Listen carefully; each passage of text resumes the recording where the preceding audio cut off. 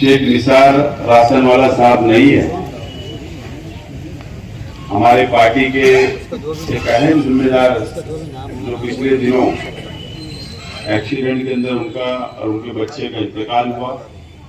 मैं पार्टी की तरफ से, मेरी तरफ से, तमाम जिम्मेदारान की तरफ से अल्लाह ताला से दुआ करता हूँ कि अल्लाह ताला उनको जन्नतुल फिरदौस में आला साला मुकाम अता फरमाए। दोस्तों और साथियों, आज मुझसे पहले तमाम मुकर्रिर ने अपनी अपनी बातों को रखा और ये मीटिंग असेंबली के इलेक्शन को सामने रखकर लायमान तैयार करने के लिए बुलाई गई और कुछ अहम फैसला लेना है। मैं सबसे पहले हमारे तमाम ही कार्यकर्ताओं का, तमामी वर्करों का, तमामी जिम्मेदारान का बहुत बहुत शुक्रिया अदा करता हूं कि आज मैं देख रहा हूं कि जबरदस्त बेदारी आप लोगों के अंदर मुझे नजर आ रही है। ये मीटिंग ना कोई आपको बोलने के लिए नहीं आया, आपको दावत देने नहीं आया, बल्कि आपको ऑफिस से फोन आया, व्हाट्सएप पे आपने पढ़ा और आप चले आए। ये बेदारी नजर आ रही है जो मजमा यहाँ पर है, अंदर की है, बाहर की है। मैं आपको बहुत बहुत मुबारकबाद देता हूँ। और अगर ये बेदारी अगर आप लोग असेंबली इलेक्शन तक बरकरार रखेंगे, पेटी बंद होने तक, तो इंशाअल्लाह असेंबली का चुनाव हमारा होगा और हम जीतेंगे इंशाअल्लाह।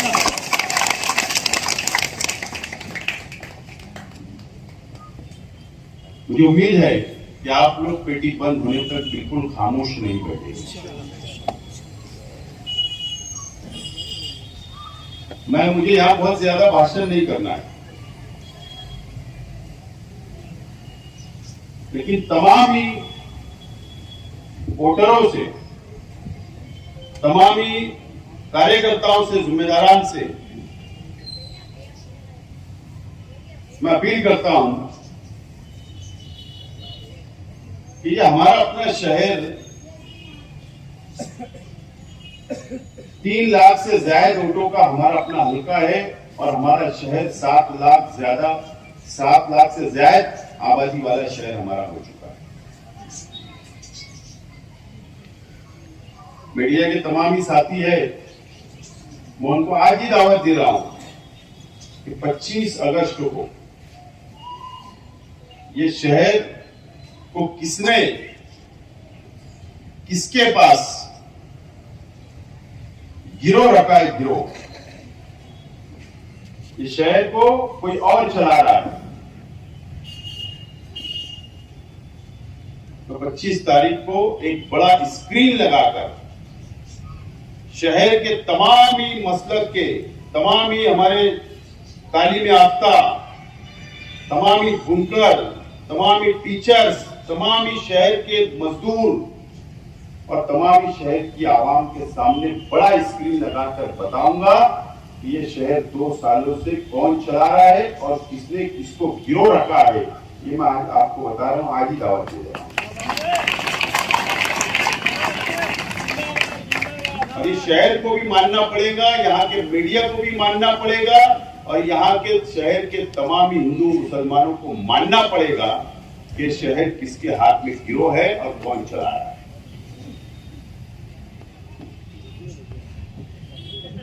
तमाम ही कार्यकर्ताओं से मेरी अपील है कि इलेक्शन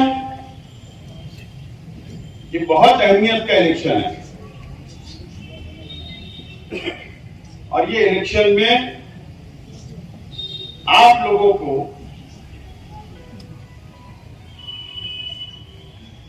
शोर मचाकर, रास्ते के ऊपर आकर, जलसा और जुलूस के अंदर आकर आप लोगों को इलेक्शन नहीं लड़ना है। आपको ये इलेक्शन होम टू होम जाकर, घर घर जाकर, गली के अंदर रहकर, मोहल्ले के अंदर रहकर रिश्तेदारों के अंदर रहकर, दोस्तों के अंदर रहकर, एक दूसरे को बोलकर, एक दूसरे कन्विंस कर वोट मांगना है और मजबूती के साथ हम लोगों को फील्ड के ऊपर जमकर हमको ये इलेक्शन लड़ना होगा। आमतौर पर हमने देखा कि हमारी हार की वजह हमने जब तलाश की पिछला इलेक्शन हम क्यों हारे। ये 5 साल हमने तजुर्बा लिया, समझा और नतीजा यह आया कि हम लोग स्कूल के बाहर, रास्ते पर, जलसे के अंदर, जुलूस के अंदर मोर्चा निकालकर हम लोग रास्ते पर रहते हैं और हमारी मुखालिफ पार्टियां घर तक रहती है, गली तक रहती है। इसके लिए हम लोग इलेक्शन हार जाते हैं। तो अब हमको जलसा, जुलूस, रास्ते के ऊपर आकर नहीं, घर घर जाकर, एक दूसरे को बोलकर, पोलिंग बूथ पर ले जाकर हम लोगों को इलेक्शन लड़ना है। और जब भी हम जीत सकते हैं इलेक्शन, जब भी हम लोग जीत सकते हैं जब आप लोग का साथ रहा, आप लोग घर घर जाएंगे, आप लोग गली मोहल्ले में जाएंगे, जब जाकर हम लोग इलेक्शन जीत सकते हैं। तो ऐसे इलेक्शन हम लोग नहीं जीत सकते।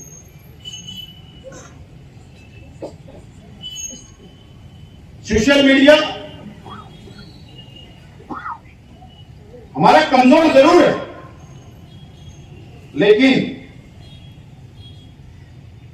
आने वाले चंद दिनों के अंदर इंशाअल्लाह हमारा सोशल मीडिया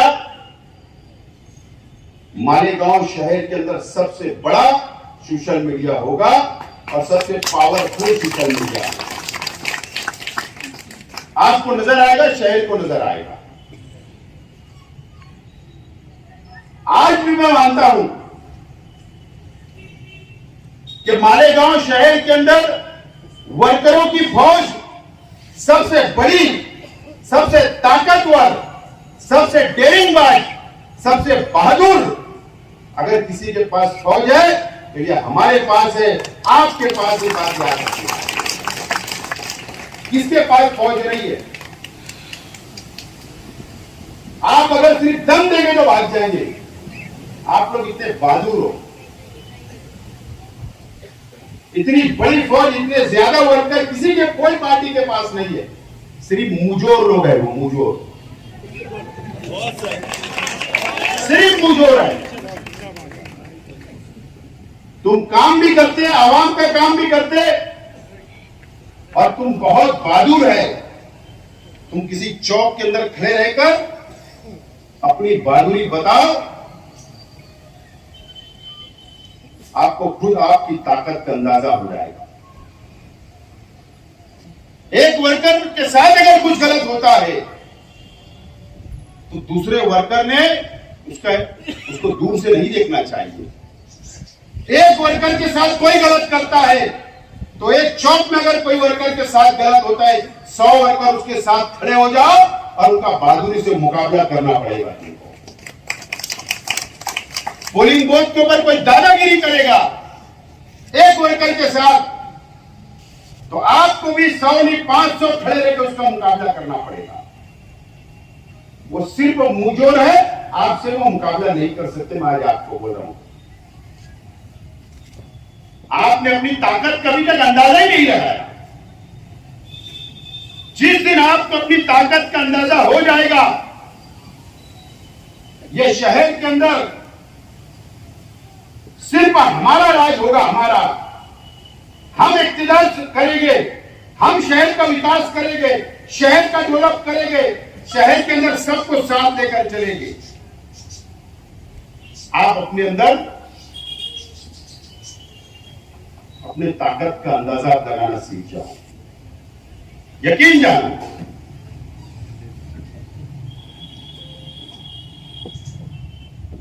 शहर के एमएलए ने कोई काम नहीं किया,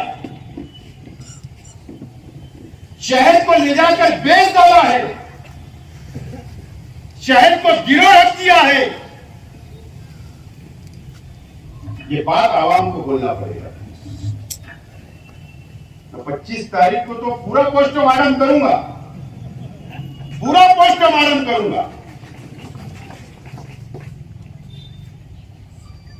और न तो याद रखना, अगर हमने ये शहर के अंदर, ये शहर की आवाम से मेरी अपील है, शहर की आवाम से मैं बोलना चाहता हूं कि अगर इस मर्तबा शहर ने कोई गलती कर ली तो आने वाली नस्ल इस शहर की आवाम को कभी माफ नहीं करेगी। हमारी नस्ल, यह हमारा शहर पूरे हिंदुस्तान में, पूरे महाराष्ट्र में यह एक ऐसा शहर है जहां पर मुस्लिम मेयर होता है हमेशा, आजादी के बाद से स्टैंडिंग चेयरमैन होता है, सबसे ज्यादा कारपोरेटर होते हैं। यह अलग बात है कि शेख रशीद साहब और हमारी पॉलिसी रही कि हिंदू भाई, दलित भाई आदि सबको साथ लेकर चलने की, लेकिन आज ये शहर जिस मोड़ पर खड़ा है, जिस जगह खड़ा है, आने वाली नस्ल कभी माफ नहीं करेगी। अगर एक जाहिल, एक सियासी आदमी अगर बीजेपी को वोट दे देगा तो उसका बायकाट, समाजी बायकाट होगा। ये शहर इतना बेदार शहर है, लेकिन एक आलिम वोट दे देता है बीजेपी को एमएलसी चुनाव में, राज्यसभा में, ये शहर खामोश है, देख रहा है। यह बहुत ताज्जुब की बात है, बहुत अफसोस की बात है। नीतीश राणे मालेगांव के किले के ऊपर आ जाता है, वहां से ऐलान करता है कि यहां की बस्ती उखाड़ दूंगा, इस शहर को बर्बाद कर दूंगा। लैंड जात के नाम में असेंबली के अंदर बोलता है और यहां का एमएलए खामोश रहा। असेंबली का इजलास 12 जुलाई को खत्म हुआ, एक लफ्ज ये शहर के एमएलए ने नहीं बोला। इतना डरपोक ये शहर को बना दिया गया, इतना डरपोक एमएलए शहर को मिला, उसके बाद ये शहर खामोशी से देख रहा है। बहुत ताज्जुब है, बहुत ताज्जुब है। एक वजीर 40 गांव फाटे के ऊपर कुरैश जमात के लोग, जो उनका धंधा व्यापार है, वो जानवर लाते और एक वजीर रोक लेता है। हमारे शहर का एमएलए खामोश है। इतना बुज़दिल शहर को बना दिया गया, इतना बुज़दिल एमएलए है, उसके बाद ये शहर खामोश है।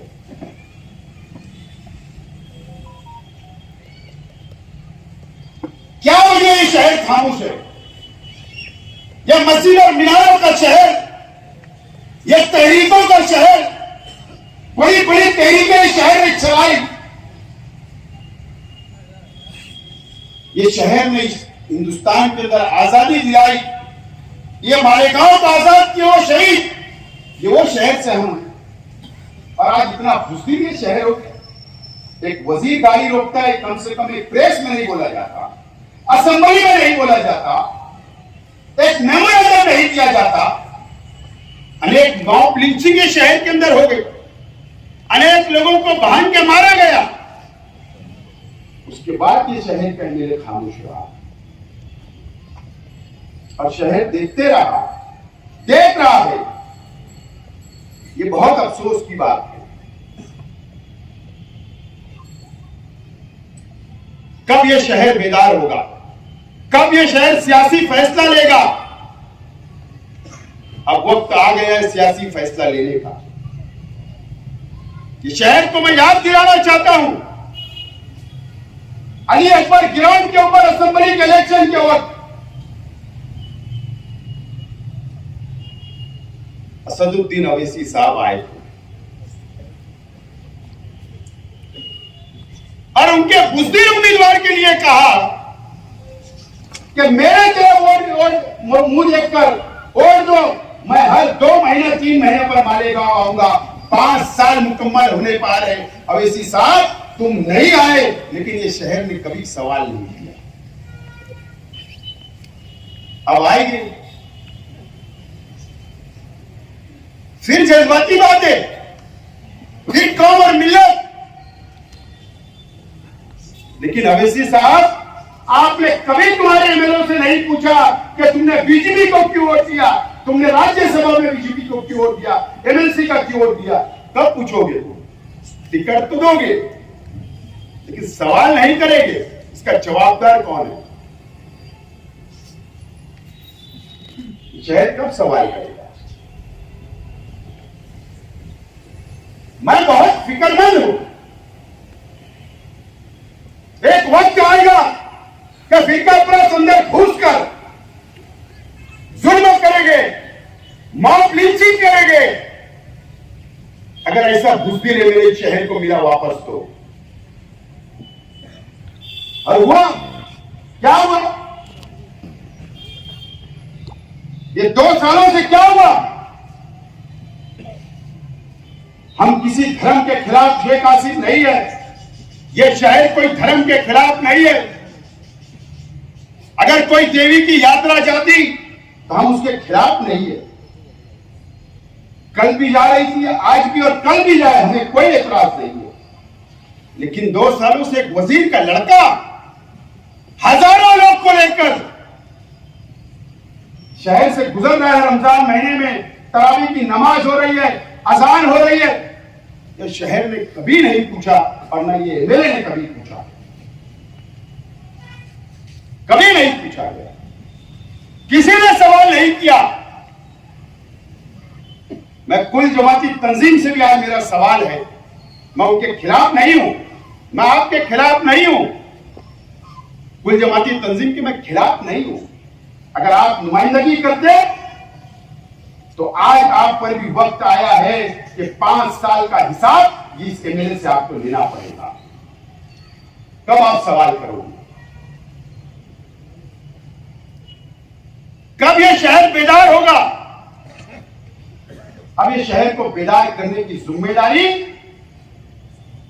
हम उन पार्टियों से हमको नहीं है उम्मीद जिन्होंने तलवे चाटे वजीर के, जिन्होंने चप्पल संभाली सीएम साहब की। उनके वर्करों से हमें उम्मीद नहीं है। आपसे मुझे उम्मीद है। शहर आपकी तरफ देख रहा है।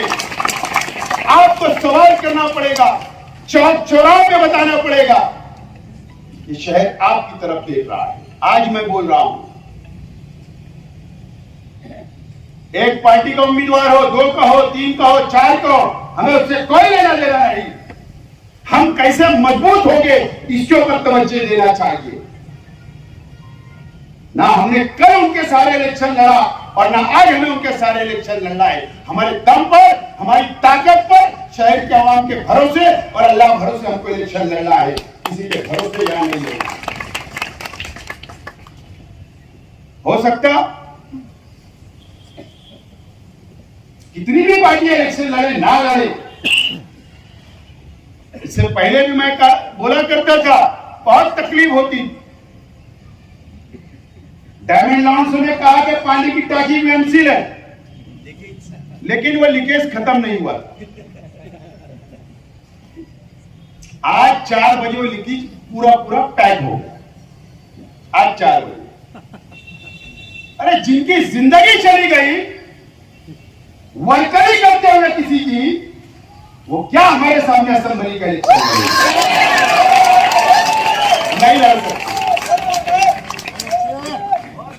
कल भी वर्करी, आज भी वर्करी और कल भी वर्करी करेगी।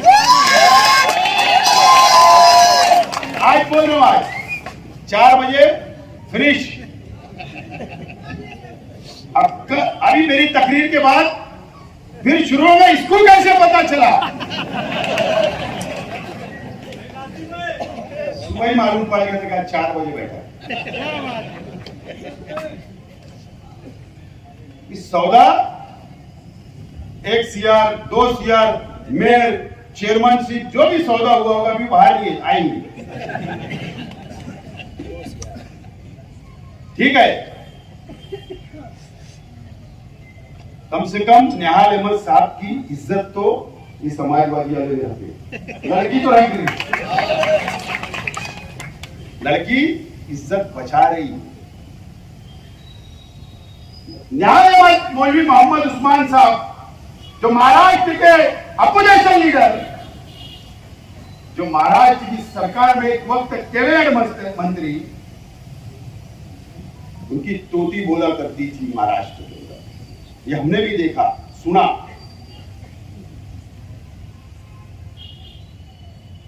उन्नीस के अंदर उन्होंने भी वर्करी कर डाली। अगर निहाल साहब हयात होते तो निहाल साहब वर्करी करने नहीं देते। ठीक है, इन्होंने तो वर्करी करना छोड़ दिया, ऐसा मुझे आज लगता है। कल का भरोसा नहीं। नौ क्रांति दिन जरूर है, कोई नई क्रांति ना हो जाए कि फिर वर्करी का ऐलान हो। 9 अगस्त क्रांति दिन जरूर है, लेकिन कोई नवी क्रांति ना हो जाए कि इनको भी वर्करी करना पड़े।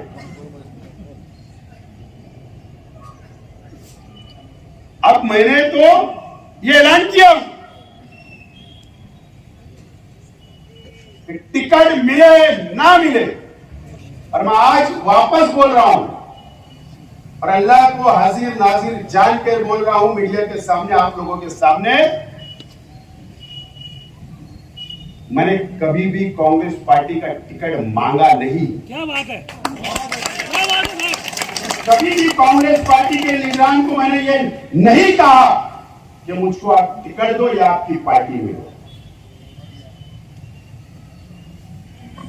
और ना मैंने राष्ट्रवादी कांग्रेस पार्टी से कहा कि आप मुझे टिकट दो। मेरा यह मानना है, हार और जीत की कोई परवाह ना मैंने कभी किया और ना इंशाल्लाह आइंदा करूंगा। शेख रशीद साहब बोला करते थे, इसी जगह पर बोले थे शेख रशीद साहब ने 2014 में मेरी गैर मौजूदगी में, जब शेख रशीद साहब ने वर्करों की मीटिंग बुलाई और शेख रशीद साहब ने कहा कि मैं आसिफ का इलेक्शन लड़ाना चाहता हूं असेंबली, तो कई वर्कर बीच में उठे, कई साहब के दोस्त उठे, उन्होंने मुखालफत की कि शेख आसिफ नहीं चलेगा। साहब पर क्या जुमला था। अबे आज वक्त है, बोले मैं उसको खड़ा करूंगा, इतना ही होगा ना, मुझे हार जाएगा, लेकिन आज उसको नहीं खड़ा करूंगा तो कब। और अल्लाह ने मुझको कामयाबी दी और पहली मर्तबा मैं खड़ा हुआ, एमएलए बना। ये शेख रशीद साहब ने सिखा के गए हमें, हार और जीत की परवाह नहीं है। और मेरा ये मानना है क्या हमारी ताकत जितनी बढ़ा लो, हमारी ताकत इतनी ज्यादा होना चाहिए कि मुंबई से और दिल्ली से चल के टिकट तुम्हारे पास आए।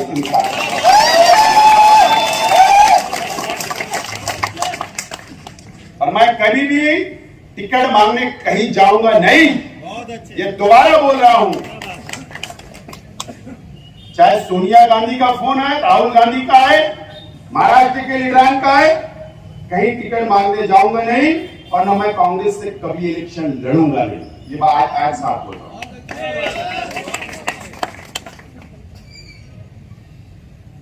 लेकिन मैंने उस वक्त भी कहा था, आज भी बोल रहा हूं कि 90% आज ये जहन में आप बैठा लो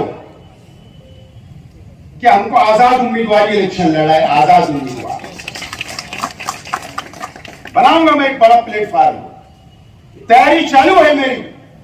कई लोगों से मैं मुलाकात कर रहा हूं, कई लोग मेरे साथ आने के लिए तैयार है। ये देख लो, इतनी बड़ी फौज बैठी है, ये कमी है क्या? ये बैठे हुए इतनी बड़ी फौज है। एक प्लेटफॉर्म हम जरूर बनाएंगे, लेकिन 90% ये जहन बना लो कि हमको आजाद उम्मीदवार की हैसियत से चुनाव मैदान में उतरना है और लड़ना है और इंशाअल्लाह जीतना है। यह आपके बदौलत मैं बोल रहा हूं। क्या कोई कुछ भी बोलता है तो मैंने टिकट मांगा, मैंने टिकट मांगा, मैंने टिकट मांगा, इतना कमजोर ना आप है और ना मैं। कमजोर है नहीं हम, अल्लाह का करम है। आवाम के काम करते, गरीबों के काम करते, एक भीख मांगने वालों का भी काम करते, एक माँ का भी काम करते, एक बहन का भी काम करते, एक बेवा का भी काम करते, एक विधवा का भी काम करते। हम उनकी दुआ है, उनका साथ है, इसलिए मजबूत है। सिर्फ अमीरों का काम नहीं करते। और मुझे इस शहर के आवाम पे पूरा भरोसा है इस मर्तबा, चाहे वो कोई भी समाज, कोई भी बिरादरी, आजकल बिरादरीवाद चल रहा है, लेकिन मुझे उस पर कुछ नहीं बोलना है। लेकिन शहर की तमाम ही छोटी बड़ी बिरादरियां, हर बिरादरी, हर मसलब के ऊपर मुझे पूरी उम्मीद है, पूरा भरोसा है कि इस मर्तबा हर समाज, हर बिरादरी, हर मसलब की वोट इंशाअल्लाह आपके उम्मीदवार शेख आसिफ को मिलेगी, ऐसा मुझे उम्मीद है। और तुम कितनी भी मेहनत कर लो, मैं हूं, आप हो, हमारे बस में सिर्फ मेहनत करना है, जद्दोजहद करना है। इज्जत और जिल्लत अल्लाह ताला की तरफ से आती है, फैसला होता है, यह हमारा ईमान है। फिर चाहे तुम करोड़ों लगा दो, लाखों लगा दो, उससे कुछ नहीं होता। लेकिन आप लोग तैयार हो ना? या तो मैं यहां तकरीर कर रहा हूं सिर्फ, आप हो ना तैयार? कोई भी हालत में लड़ना है, उनको बचाना है, लाचारों को घर भेजना है। शुक्रिया, आप लोगों को बहुत उम्मीद है। अभी मेरी तकलीफ बाकी है, मेरी तकलीफ बाकी है। मैं हमारे तमाम ही कार्यकर्ताओं से हाथ जोड़कर मेरी गुजारिश है, बढ़िया मेरी बात, हाथ जोड़कर मेरी गुजारिश है, चाहे वो बहुत छोटा वर्कर हो, बड़ा हो, कारपोरेटर हो, साबिक कारपोरेटर हो, पदाधिकारी हो, पार्टी का जिम्मेदार हो, कोई भी शख्स हो, आज मुझसे नाराज मत होइए। आज मुझसे नाराज मत होइए, दुख होता है। 5 साल मैंने मेरे परिवार ने आपको संभाला है, माफी के साथ बोल रहा हूं, 5 साल संभाला है। हमारे काम आगे पीछे करके हम वर्करों के लिए लड़ते हैं, जीते। लेकिन ऐसे वक्त के अंदर, इलेक्शन के वक्त अगर नाराज होंगे तो दुख होता है। आपको नाराज होने का पूरा हक है, लेकिन इलेक्शन की पेटी बंद होकर आकर यहां बैठ जाने के ये मसला है, हम तुमसे नाराज थे लेकिन कल नहीं बोले थे, आज बोल रहे, आना तुम्हारी बात सर आंखों पर, तुम्हारी हर बात सुनना, ठीक है? इंसान हूं, गलतियां हुई होगी, लेकिन इसका मतलब आप नाराज होंगे ऐसा नहीं।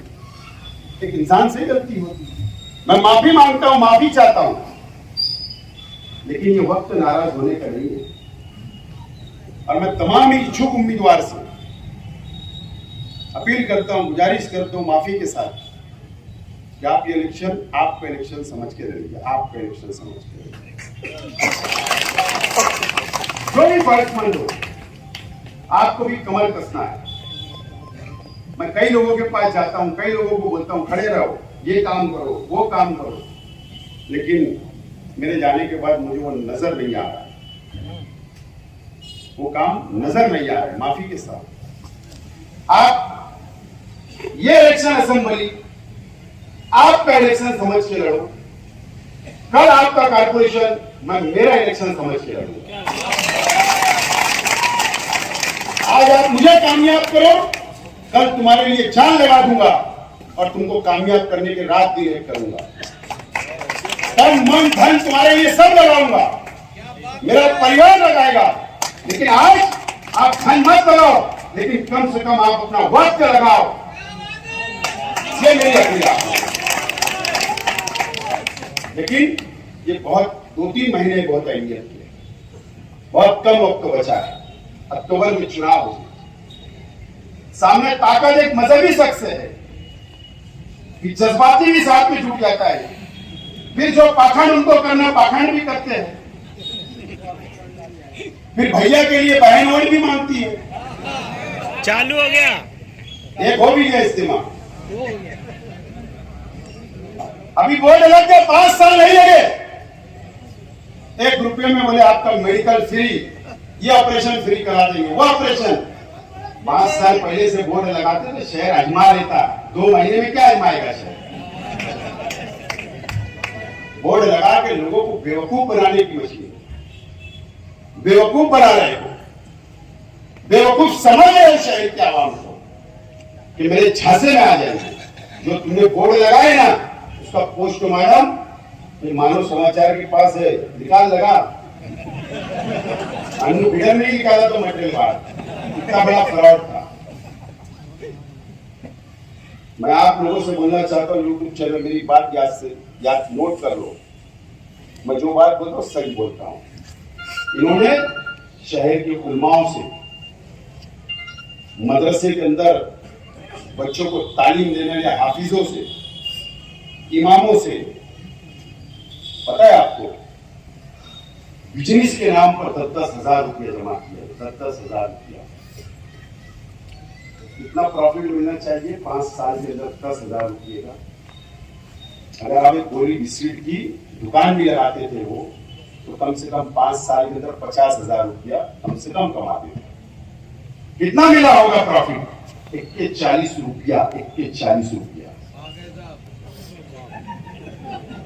1 के 40 रुपया हमारा बच्चे का खर्च है जेब का रोजाना का। और उसमें से भी या तो मेरा जवाब देना, आधे लोग को पैसा अभी नहीं दिया गया, 10-10 हजार रुपया उनका ले लिया गया, आज तक उनको हिसाब भी नहीं दिया गया, उनका पूरा पैसा नहीं दिया गया। इसका जवाब कौन देगा? तुम शहर को बेवकूफ समझते हो, तुम आलिमों को भी धोखा दिया, हाफिजों को भी तुमने धोखा दिया। इसका जवाब कौन देगा? जवाब देना पड़ेगा। अब शहर जवाब मांगेगा, हम जवाब मांगेंगे, हमारा एक कार्यकर्ता जवाब मांगेगा, और ये जिम्मेदार आप गली गली घूमेंगे, हिसाब मांगेंगे, जवाब देना पड़ेगा। शहर के आवाम से मैं बोलना चाहता हूं कि मैं आपके पास वोट मांगने के लिए आऊंगा। आपको याद करना होगा मेरे 5 साल एमएलएशिप कि मैंने क्या आपके लिए किया, आपके बच्चों के लिए मैंने क्या किया था।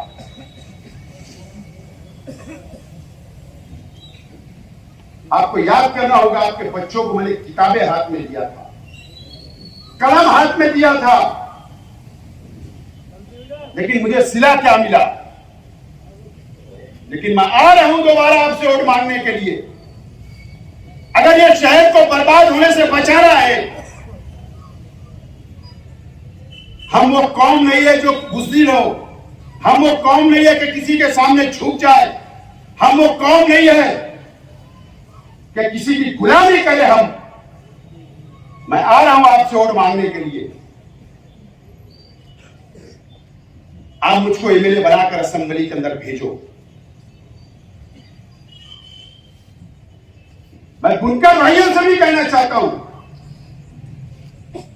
हमने 1,98,000 वोट दिया, या हमारी जिम्मेदारी थी, हमारी मजबूरी थी कि हमको भाजपा नहीं चाहिए था, ना आपको, ना मुझको, ना मुल्क के कोई मुसलमानों को भाजपा नहीं चाहिए था, और हमने उसको घर बैठाने का काम किया। ये कम से कम हल्के से या हम मान सकते हैं। मुबारकबाद शहर को, लेकिन सुबह बच्चों या बचाने के लिए शहर नहीं आएगी, नहीं आएगी, और अगर आएगी भी तो उसकी नहीं सुनी जाएगी। लेकिन मरकज के अंदर भारतीय जनता पार्टी बैठी है, अभी से टोनिंग हो रही है। अभी ये सरकार ने हमको 1,98,000 वोट, भारतीय जनता पार्टी ये शहर को मशहूर कर दिया है। 1,98,000 बोला जा रहा है। अधिकारियों के कुछ टीचर मुझे मिले, जिला परिषद का शिक्षण अधिकारी विभाग में एक मीटिंग थी। एक अधिकारी ने कहा कि आपने 1,98,000 वोट दिया। बोले आपको तो, बोले मैं देखूंगा अब शहर को। वो दम दे रहा है। तो ये शहर, ये नुमाइंदा ये शहर बचाने के लिए आपको चुन कर देना है। अगर ये शहर को बचाना है, इस शहर का मुस्तकबिल अगर संवारना है, अगर यहाँ के सनत को बचाना है, यहाँ के एजुकेशन को बचाना है, यहाँ के गरीबों को बचाना है, इस शहर को बचाना है, तो आपको मैं साफ तौर पर बोल रहा हूं, मुझको चुनकर दो। अपील कर रहा हूं हाथ जोड़कर। और अगर आपने जिम्मेदारी दी तो मेरी जान भी चले जाएगी, ये शहर को आज नहीं जाने दूंगा इंशाअल्लाह। एक मरतबा मौका दो, एक मरतबा। वहां पर अस्तीन चलाने वाला एमएलए चलेगा हाउस में, क्या बोल रहा हूं, अस्तीन खींचने वाला चलेगा, मच्छी बाजार में से भागने वाला नहीं चलेगा।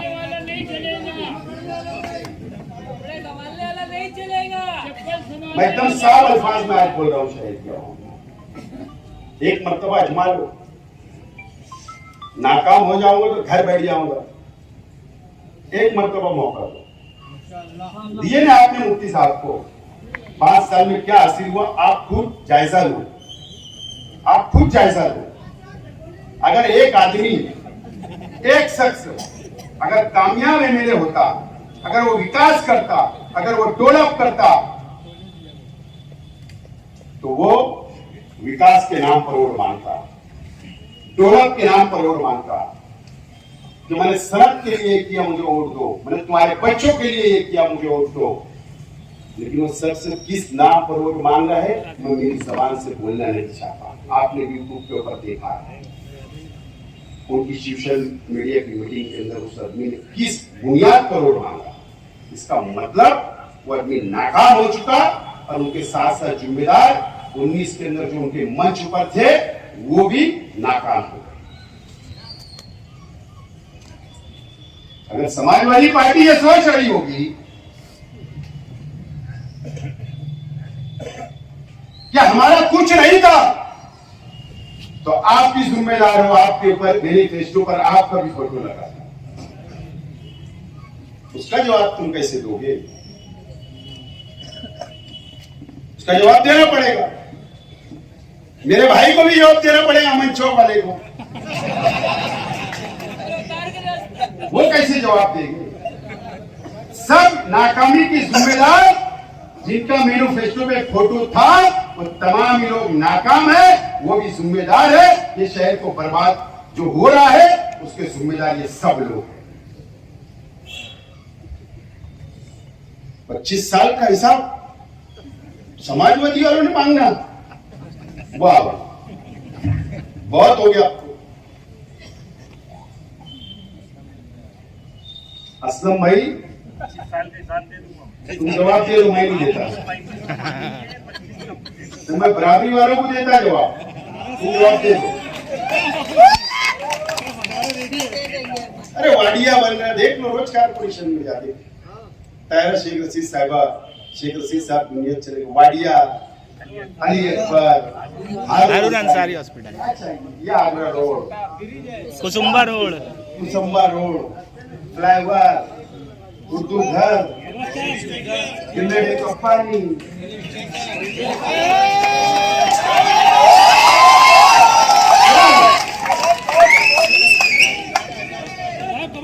क्या है मुझे बताओ। सब जमीन पे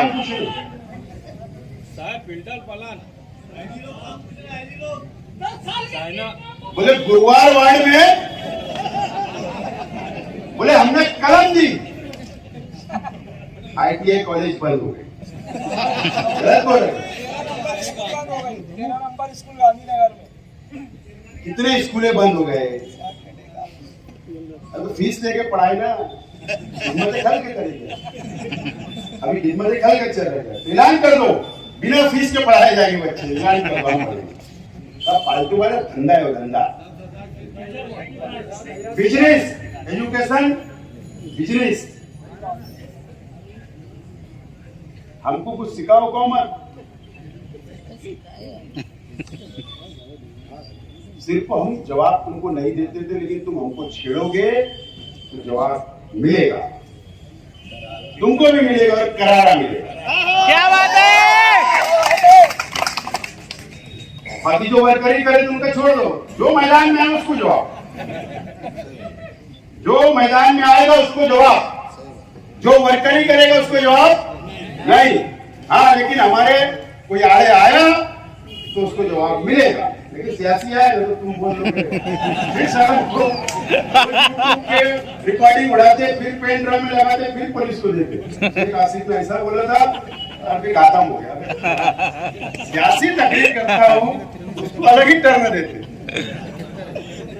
क्या पेन ड्राम में निकालते, शेख आसिफ ने अयूब नगर में ऐसा बोला, शेख आसिफ ने यहाँ पर ऐसा बोला। अरे साला ये क्या तमाशा, सियासी तकरीर करता हूं मैं। एक भी क्रिमिनल केस शेख आसिफ पर नहीं, एक भी क्रिमिनल। इतना सुन तो मुफ्ती साहब पे 353 टांगे को मार रहे हैं। 353 है ना, मालूम है तुमको? 353 वो टांगे को मारे थे ना, टांगे को 353 क्रिमिनल है वो। गालियां दिए थे, वीडियो है ना यार। मुस्तकीम पे क्या है, मेरी खाला के लड़के पे, मेरी खाला का लड़का मेरे बाजू में रहता है ना। 12 नंबर का केस, उसने बोला ना सबसे बड़ा गुंडा मैं, मैंने बोला कि कभी गुंडा मैं। सबसे साफ सुथरा कैंडिडेट आप कौन बताओ? सबसे साफ सुथरा कैंडिडेट है। अब कैसा कैंडिडेट चाहिए? हाँ, ये सबसे साफ सुथरा कैंडिडेट मिल रहा है शहर को। कोई क्रिमिनल रिकॉर्ड नहीं, सिर्फ जलसा 11 तक चलाना, धरना देना, आंदोलन करना, कौम के लिए मुंबई का नाटक कर लेना, सब केसेस है, सब कौम के लिए। मेरे लिए कोई केसेस नहीं है, क्रिमिनल नहीं हूं, एकदम साफ सुथरा हूं, मुझसे अच्छा उम्मीदवार शहर में है ही नहीं। और अगर कोई बीच में और आ गए, मेरे भाई पे भी केसेस है, मालूम है ना? मालूम है कि नहीं? बाहर से भी भेज लेना पड़ा, मालूम है ना? 353। अब अगर कोई तीसरा चौथा जब आएगा तो उनका भी समाचार अपन जब लेंगे, आज छोड़ दे। लेकिन मैं शहर के आवाम से, मेरी बहुत तड़प है, मैं बहुत तड़प से बोल रहा हूँ, शहर को बचा लो, शहर को बचा लो, अगर तो ये शहर बर्बाद हो जाएगा। मैं तुमको साफ अल्फाज में बोल रहा हूँ, और बर्बाद हो चुका उसको 25 तारीख को बताऊंगा। मेरे बुनकर भाइयों से मैं बोलना चाहता हूं, मैंने कभी आपसे काम के नाम पर वोट नहीं मांगा, कम से कम मैंने साइजिंगों का काम किया, उसी नाम पर वोट दे दो। कोई नहीं कर सकता था वो काम, अल्लाह का करम है। कमिश्नर को भी कानून सिखाना और रास्ता बताना हमें सिखाते। बड़ी बात नहीं बोल रहा हूँ, मैं मेरे तारीफ नहीं करता हूँ, पूछ में जितने बैठे हमारे सब तारीफ करेगा। कौन सा काम अगर उसको नहीं समझ रहे तो बताता हूँ कि ये काम ऐसा करना हो जाएगा। तो साइजिंग वालों का काम बहुत टेढ़ा था, एनजीटी का, एनजीटी बोले सुप्रीम कोर्ट के लेवल की कोड है, लेकिन अल्लाह का करम, अल्लाह ने उससे काम लिया और सब साथ चल रहे थे ना।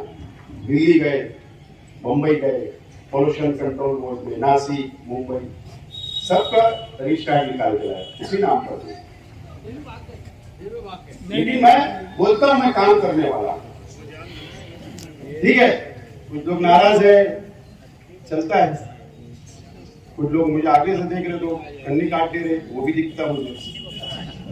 कुछ लोग सोच विचार में हैं, जरा भी आ जाएंगे वोट मांगने तो क्या जवाब देना, क्योंकि 5 साल उनके स्टेज पे थे, अब कैसे करना। ठीक है, मैं उम्मीदवार हूं, वोट की भीख मांगने के लिए आऊंगा, तुम दो या मत दो तुम्हारी मर्जी है, लेकिन अगर सच्चाई और हक है तो सिर्फ शेख आसिफ के बारे में। तमाम ये चीजें मैं मेरे वर्कर, मेरे साथियों, मेरे दोस्तों, आप बहुत जाबाज होना, आपके लिए तकरीर कर रहा हूं। आपको मटेरियल दे दिया मैंने मेरी तकरीर के अंदर, इतने पॉइंट दे दिए, बाकी वो रोक के रखा हूं। जाकर अपने अपने वार्ड के अंदर फैल जाओ, गलियों में फैल जाओ, मोहल्लों में फैल जाओ, और आप सोशल मीडिया के ऊपर हमसे मुकाबला करना चंद दिनों के बाद। अब सोशल मीडिया पे डिपार्टमेंट से मेरी रिक्वेस्ट है कि कुछ हरामखोर लोग अभी तक जातियात में लिखना बंद नहीं करें, तो हम खामोश है, इसका मतलब गलत मत लो। और इलेक्शन बाद मिलना, इलेक्शन बाद मिलना, जो पुलिस स्टेशन की हद्दी में रहते हैं वहीं पर हम मुलाकात करेंगे। क्या अभी तक खामोश है, तो इसका मतलब गलत मत लो, बुज़दिल नहीं है हम। तो आप लोग सब बात से मेरी सहमत है? जितनी तकरीर की एक एक बात यहाँ से निकलना है, घर जाना है, मोहल्लों में टहलना है, इंशाअल्लाह सब जीतना है, फैल जाओ और अल्लाह से दुआ करो कि अल्लाह ये शहर को बचाने के लिए शेख आसिफ को कामयाब कर दुआ करो। मैं आपके साथ हूँ, हर साना बसाना खड़ा रहूंगा। आप लोग आए, बहुत बहुत शुक्रिया। खुदा हाफिज, जय हिंद, जय महाराष्ट्र।